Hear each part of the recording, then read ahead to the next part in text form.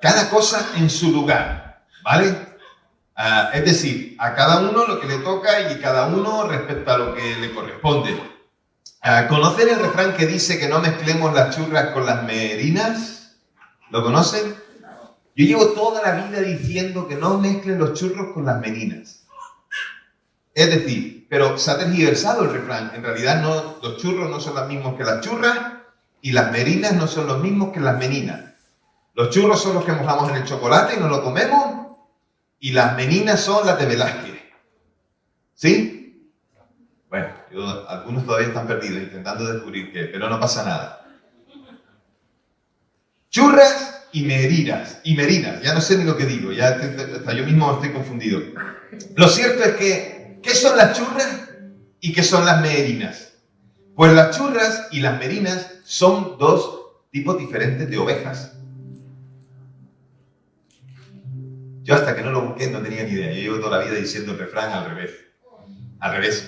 Y a mí es que ya, claro, me encantan tanto los refranes que los repito, pero a veces sin saber el significado. Pues las churras y las merinas son dos tipos de ovejas. Las churras son unas ovejas que proporcionan una exquisita carne y una rica leche. Fíjate por dónde. Interesante. Por su parte, las merinas son famosas por la lana blanquecina y densa que dan.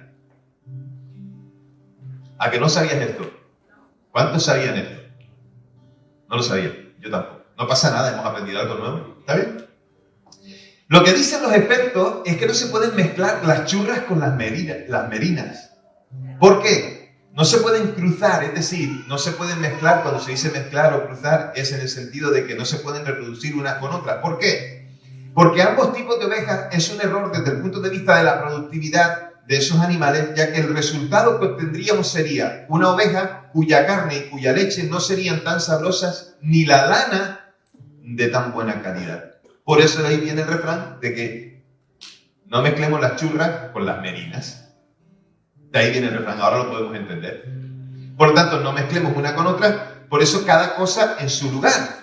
El significado del refrán es que recomienda no colocar en el mismo plano temas o personas de naturaleza muy distinta. O sea, una cosa por un lado y otra cosa por otro. Por eso cada cosa en su lugar es el título del mensaje, ¿vale? Por un lado una cosa, por un lado otra. Pero de cada cosa en su lugar aprenderemos, o de este mensaje aprenderemos, que Jesús le da una importancia más relevante a la adoración a Dios que a cualquier otra cosa sobre la faz de la tierra. Y eso sin despreciar a los demás, pero Dios por encima de todo. Lo vamos a leer en el texto ahora. Por lo tanto, todo siempre sometido a Dios y lo demás sin contradecir lo que Él ha dicho. No podemos contentar al mundo o a todo el mundo. Agrademos a Dios quien nos da la vida.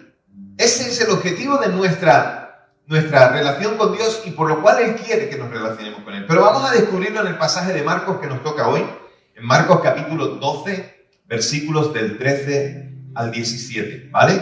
Estamos estudiando o aprendiendo acerca de lo que Dios nos quiere decir en el Evangelio de Marcos y espero que estemos aprendiendo mucho de él.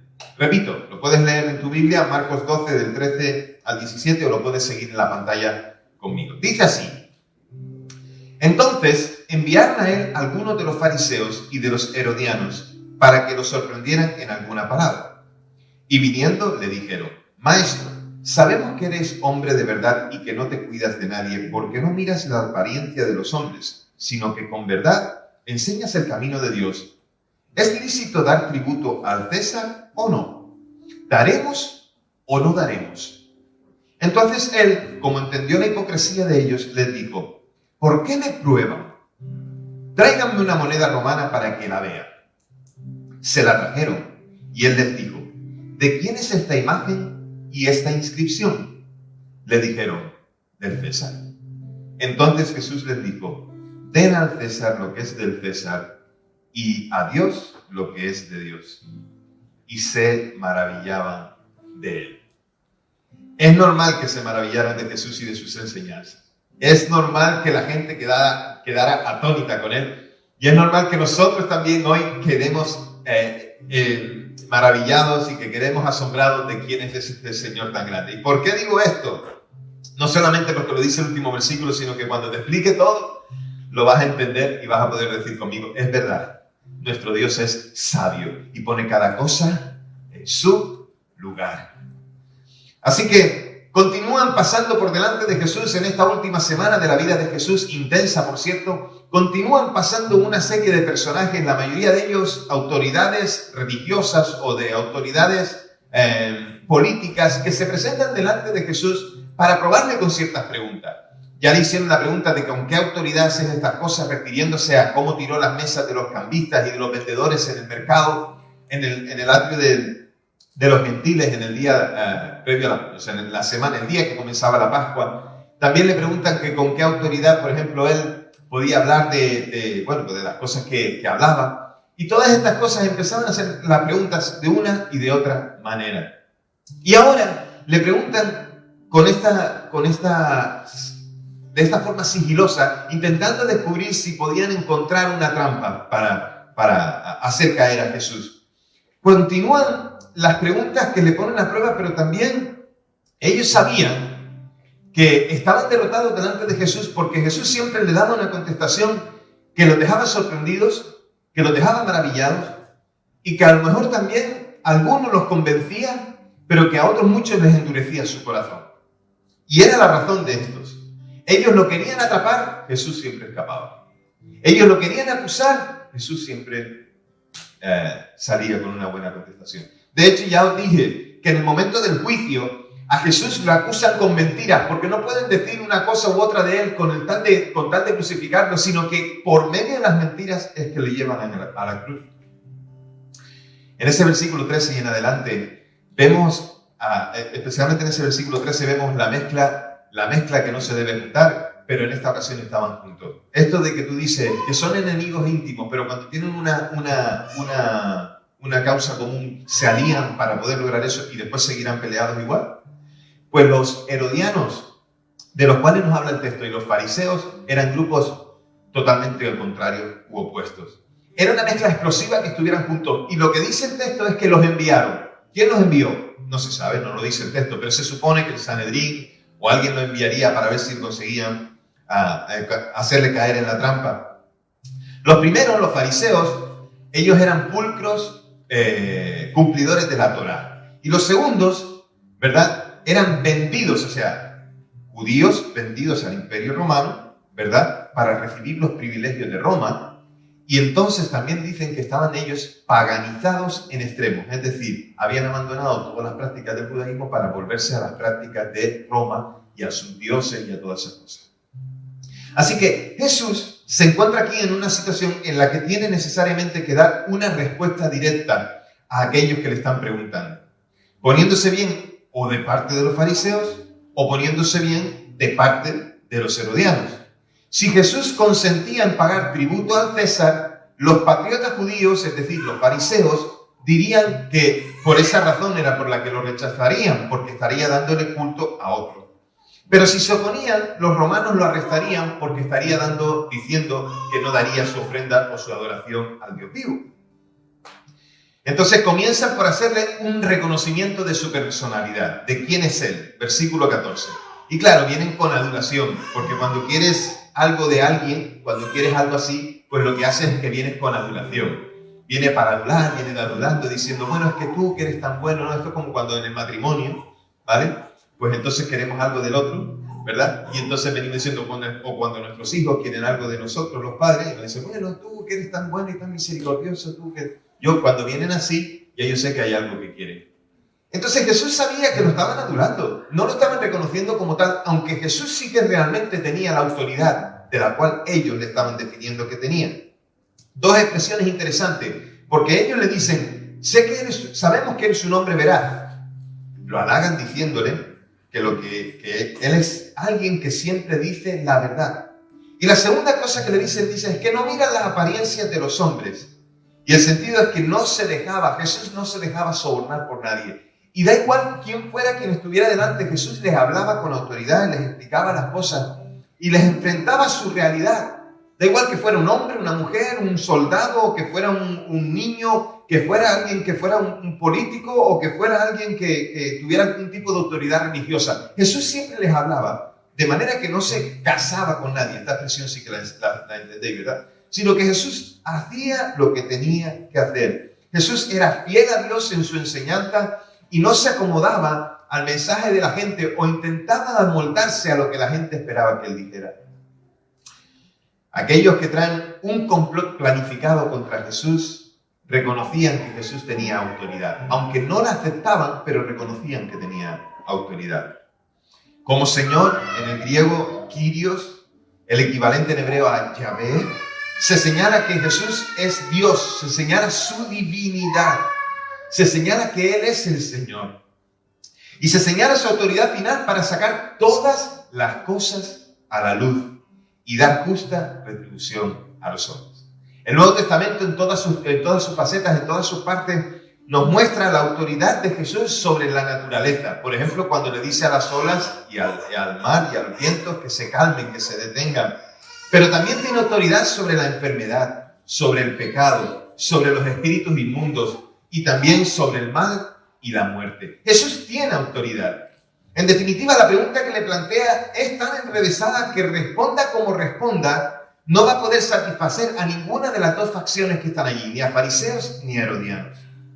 Entonces Jesús los confronta, porque la pregunta, ya la habéis visto, es ¿qué debemos hacer? ¿Debemos dar tributo al César? ¿Daremos o no daremos? ¿Podemos pagar los impuestos que el César nos pide que demos?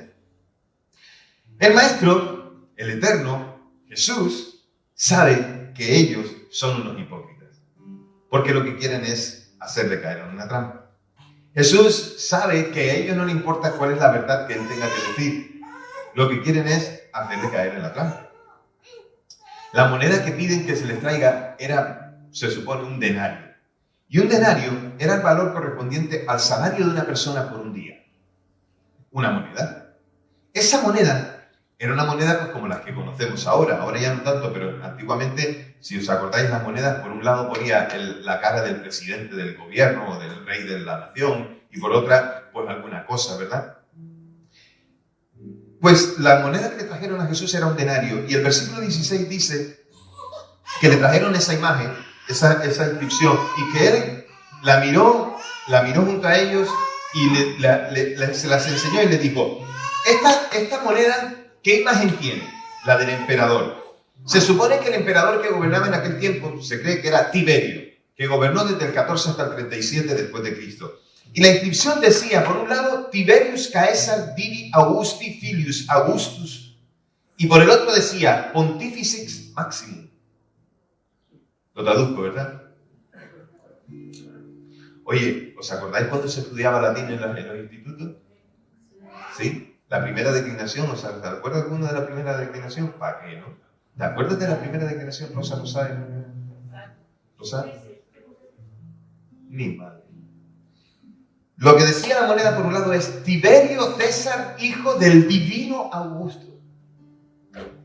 O sea, estaba declarando que Augusto era Dios y si él era el hijo de Augusto, era también Dios. ¿Te das cuenta? Y en la otra decía, en la otra parte, Máximo Pontífice. Máximo Pontífice significa lo que es constructor de puentes. Es decir, quien hace un puente entre alguien y otro alguien. En este caso, el emperador era el puente entre él, los dioses y el pueblo. Así que fijaos lo que le está diciendo Jesús a aquellos. Le estáis diciendo que me estáis trayendo una moneda que tiene que tiene la imagen de alguien y que además era una moneda de plata porque las monedas locales eran de cobre y generalmente eran monedas que se usaban para otro tipo de cosas. ¿Y os acordáis que hace un par de semanas os hablé de la moneda del templo? ¿Os acordáis que os hablé de la moneda del templo? La moneda del templo no contiene ninguna imagen. Porque si se traían las monedas del Imperio Romano con la cara del emperador que decía que él era Dios, era adorar a otros dioses. ¿Sí? ¿Me seguís? ¿Estáis aquí? No era esa la respuesta que esperaban. No cabe duda de que el imperio usaba aquellas monedas para promover el culto al emperador. Y aunque muchos judíos se mostraban muy rígidos en sus normas espirituales, sin embargo, cuando les interesaba, no dudaban en hacer serias excepciones. Por eso comerciaban con aquella moneda como si nada hubiera pasado. Es importante que consideremos aquí que en el versículo 17, en el original, cuando dice dar o devolver, está hablando de dar de vuelta. Cuando estamos hablando de dar, estamos hablando de devolver y estamos hablando de decir que es algo que damos de vuelta, o sea, que es recíproco. Primero lo hemos recibido, después lo damos. Y lo que el Señor está diciendo a ellos es: dad a cada uno lo que es suyo. No era la respuesta que ellos esperaban, porque esperaban que Jesús les dijera un sí o un no. ¿Daremos o no daremos? Esperaban que dijeran sí o no para poder acusarle. Y el Señor completó su contestación. Dad a Dios lo que es de Dios. Primero le dijo al César lo que es del César y a Dios lo que es de Dios. Lo que viene a decir es que todas nuestras lealtades terrenales están limitadas por una lealtad superior, la que le damos a nuestro Dios. Todo lo que hagamos en la tierra merece una lealtad.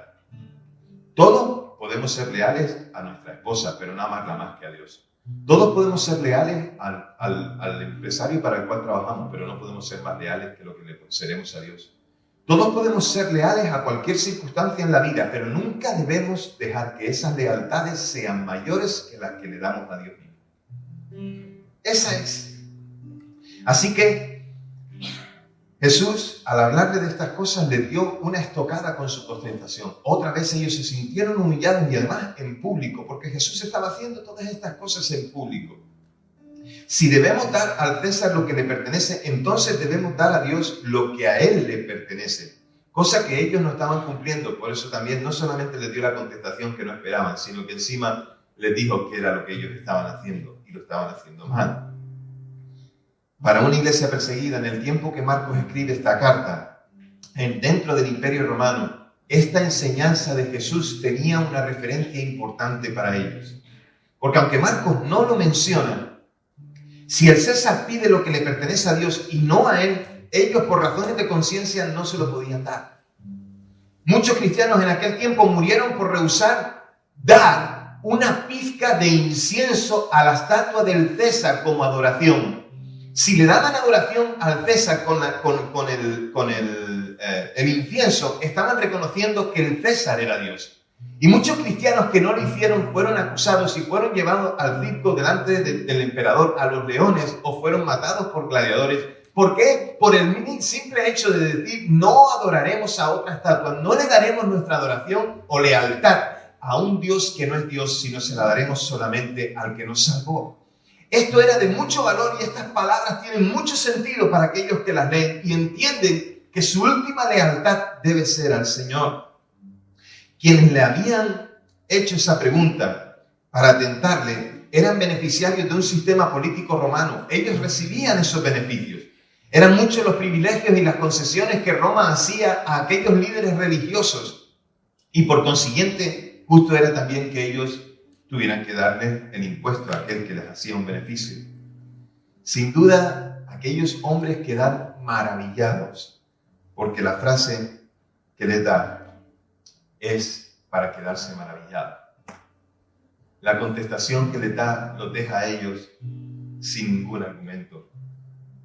Esta semana he leído un artículo en la revista cristiana que se llama Protestante Digital. Muchos de vosotros la habéis leído, ¿sí?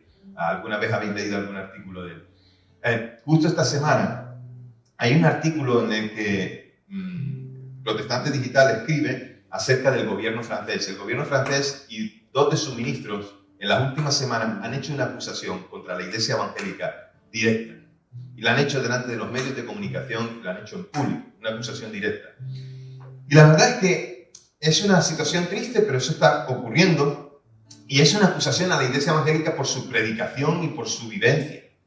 Y es una persecución que se produce de manera pública y que provoca también los recelos en la gente, porque cuando tú haces un comentario así de manera pública, el entorno que lo escucha hace también o actúa con respecto a eso. Entonces ver a un evangélico es pensar que ese evangélico hace eso. Y mira, en cierta manera lo que están acusando a la iglesia evangélica es una gran verdad. La conclusión es que los cristianos ponen la ley de Dios antes que la ley de la república. Esa es la acusación. Están alarmados los evangélicos franceses porque estas cosas están ocurriendo, pero puedo decirte que a nivel mundial, las iglesias evangélicas y los que aman al Señor, la iglesia cristiana que ama al Señor, los que verdaderamente le tienen a Él en alta estima y saben que su lealtad última es al Señor, están preocupados por lo que últimamente los políticos y los gobernantes de las naciones dicen acerca de la fe. Mira, si esa es la acusación, benditos sean nuestros hermanos que viven en Francia y que dicen que la ley de Dios es antes que la ley de los hombres. Bendito sea el Señor por eso. El texto no habla aquí de dinero, como algunos tratan de interpretar, pensando que el texto habla de dinero cuando habla de dar al César y tal. El texto no está hablando de pedir dinero o de dar dinero. El texto está hablando de autoridad. El texto está hablando de autoridad, no de pedir dinero, no de dar dinero. Está diciendo quién es el que tiene la autoridad, a quién se le debe el reconocimiento. Por eso no mezclemos la churra con las merinas. No mezclemos una cosa con la otra y cada cosa en su lugar.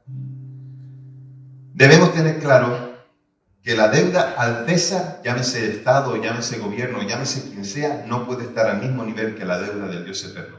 Los estados hacen un bien para sus ciudadanos, pero nunca la deuda a ellos es mayor que se le da a Dios mismo. Jamás. Y esto en cuenta. Y si tenemos preocupación por esto, la Biblia dice que no debemos temer a aquellos que dañan el cuerpo, pero que no pueden dañar el espíritu. Así que no te preocupes. Dale tu alta estima al Señor, porque debemos tener cuidado de dar lealtad al César de turno, comprometiendo una lealtad infinitamente superior, es decir, a Dios y su palabra. Dios debe estar por encima de cualquier cosa. Dios debe estar por encima de cualquier autoridad terrenal. Dios debe ser nuestra lealtad última y final, siempre. A Él debemos darle todo el reconocimiento. Por lo tanto, como iglesia, aunque otros sufran o a que nosotros mismos suframos por causa de nuestra fe, debemos defender la fe hasta el último momento. Por favor, Fabio, la siguiente frase dice, aunque signifique el sufrimiento, la persecución y hasta la muerte, es infinitamente mejor obedecer a Dios que a los hombres y a sus instituciones corruptas o satánicas. Estén por quien esté dirigida, da igual. ¿Estaríamos dispuestos a padecer por causa del nombre? Porque aquellos que quedaron cuando Jesús ascendió a los cielos y les hizo entender la gran comisión y les mandó la misión de la gran comisión, aquellos fueron hasta el extremo del sufrimiento, la persecución o la muerte. En Hechos capítulo 4, 16, 20 lo podemos leer entre tantas cosas, como ellos permanecían fieles al Señor. Y hoy, lamentablemente, vemos un montón de uniones entre las iglesias cristianas o institucionales o históricas y los estados, que son una prueba perfectamente comprobable de lo que sostenemos. Y ¿saben qué? Basados en este texto y en otros textos de la Biblia, la iglesia debe tener clara un principio de separación. La separación de iglesia y Estado. La iglesia por un lado, el Estado por otro. Esos principios no se deben mezclar. La iglesia cristiana, llámese evangélica, llámese como sea, bautista o como quiera llamarse, la iglesia cristiana no debe aceptar fondos ni dinero que venga de instituciones del Estado. Porque yo creo y afirmo que la iglesia debe ser sostenedora de su propia obra, debe ser quien trae los recursos para poder hacer la obra, porque ha creído y ama al Señor y le da al Señor no solamente una moneda, le da su adoración. Por lo tanto, creamos a Dios que es dueño de todo y que cuando la iglesia quiere hacer algo, lo puede hacer con la ayuda del Señor. Y no como constantemente veo, y esta semana me he enterado de otro caso, de una iglesia que está ampliando su edificio con el dinero que le da el gobierno. Miren, ¿saben qué? Me parece que eso es caer en bajo. Me parece que eso es no tener claras las cosas, depender de los hombres para esto. Miren, estamos acostumbrados a creer que los templos son todo lo que nosotros necesitamos. Nosotros no tenemos local propio, tenemos uno alquilado y es pequeñito y no lo podemos usar por temas de aforo. Y los domingos nos venimos y nos reunimos aquí. No tenemos paredes que sean propiedad. ¿Saben por qué? Porque creo firmemente que Dios dice que nosotros somos el templo del Espíritu Santo. No necesitamos más nada que eso. Y ponemos los edificios por encima incluso de nuestra lealtad a Dios. Y eso es increíble. El Estado no tiene autoridad absoluta. Nos sujetamos a gobernantes terrenales, cualquiera que sean, los que quiera que estén. Pero Dios está por encima de todos ellos. Se llamen como se llamen. Nos sujetamos a los gobernantes terrenales, pero Dios está por encima de ellos. Sin embargo, no podemos hacer todo lo que el César dice, porque todo lo que el César dice en muchas ocasiones contradice lo que Dios dice. El cristiano no puede decir César es el Señor, porque para él Cristo es el único Señor. Y siempre debe ser así. Es imprescindible ser leales a Cristo por encima de cualquier gobierno terrenal, sea del signo que sea. Oye, yo no lo hice adrede, pero hoy tenemos elecciones y a mí me tocó predicar de esto. Quien me conoce y quienes vienen a congregarse aquí saben que yo predico pasaje por pasaje. Y hoy coincidió que toca esto. Yo no voy a ir ni contra nadie ni contra mí mismo, me da igual. Pero tenemos que decir lo que tenemos que decir. Lo que a Dios le agradaría que dijéramos. Hay que decir las cosas por su nombre. No confiemos en los gobiernos terrenales de este mundo que ofrecen una cosa u otra. Y dicho esto, es difícil ir a votar hoy. Por no decir que es imposible. Pero sí que apelamos a la responsabilidad.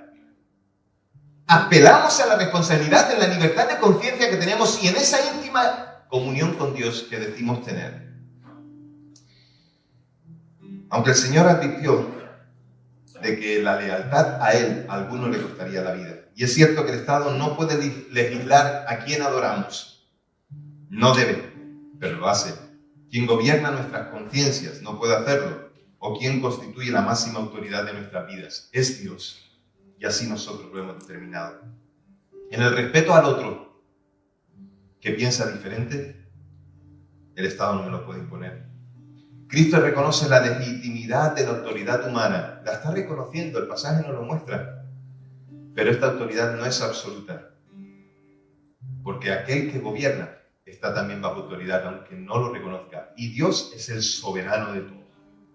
Dios está por encima de todo. Y los apóstoles resumieron con claridad este principio. Es necesario obedecer a Dios antes que a los hombres. Hechos 5, versículo 29. Es necesario hacer esto. Y lo habían dicho, o lo estaban diciendo delante del mismo Sanedrín, que unas semanas antes había estado acusando a Jesús o haciéndole esta misma pregunta. Se estaban atreviendo a retar a aquellos que lo habían azotado el día anterior y que le habían prohibido que predicasen el nombre de Cristo. Los siervos de Cristo pagamos impuestos. Hay alguno aquí que no los pague. Alguno iluso que piense que no los paga, pues allá. Pero pagamos impuestos por los beneficios que recibimos como ciudadanos. Y eso está bien. ¿Saben? Yo creo que eso está bien. Yo creo que contribuimos a que haya una sociedad que se pueda desarrollar y todo eso está bien. Sin embargo, nos debemos negar de adorar al emperador o al gobernante de turno, quien quiera que sea. Pues solo Dios es merecedor de adoración. Ya te voy a decir algo ahora que quiero que se te grabe bien, por favor. Anhelemos el gobierno de Cristo en nuestras vidas. Deseemos la transformación de la humanidad por la intervención del Salvador. Y recordemos lo que Jesús nos enseñó en la oración modelo. Debemos pedir, venga tu reino. Debemos pedirle al Señor, venga tu reino. Que venga la obediencia a Dios, que venga la reconciliación con Dios por medio de Jesucristo. El resto no es duradero porque todo es cambiante. Unos vienen, después vienen otros. Unos dicen, después dicen los otros. Unos hacen, después hacen los otros. Pero ¿saben qué? Todo eso es temporal y aquí se queda. Pero Dios está por encima de todas las cosas porque Él era, es y será. Él es antes de los tiempos y será después de los tiempos. Él fue antes de la creación y cuando todo termine y en su segunda venida, Él seguirá siendo. Él es Dios y es nuestro Señor y Salvador. Él es el que nos perdonó a nosotros nuestros pecados. Y por tanto, iglesia, tengamos cuidado de defender con pasión los argumentos equivocados. Somos embajadores de Cristo y hemos de anunciar el reino que realmente necesitan conocer, el reino de Dios, su salvación. Por eso digo que es difícil hoy tomar alguna decisión o aportar alguna decisión al colectivo de la sociedad que hoy decide en este lugar, en esta tierra, en esta región. Tu lealtad, mi lealtad, solo para el Señor. Por lo tanto, hoy te invito a que reconozcas a Jesucristo como tu único Señor y Salvador y que le des solo a Él tu adoración auténtica y última. Que Él esté por encima de cualquier cosa. Así que piensa si tu lealtad hoy es al Señor por encima de a cualquier otra. Y si no es así, tienes tiempo de, con el Señor, pensar sobre ello, recapacitar sobre ello y poner tu vida en sus manos y solo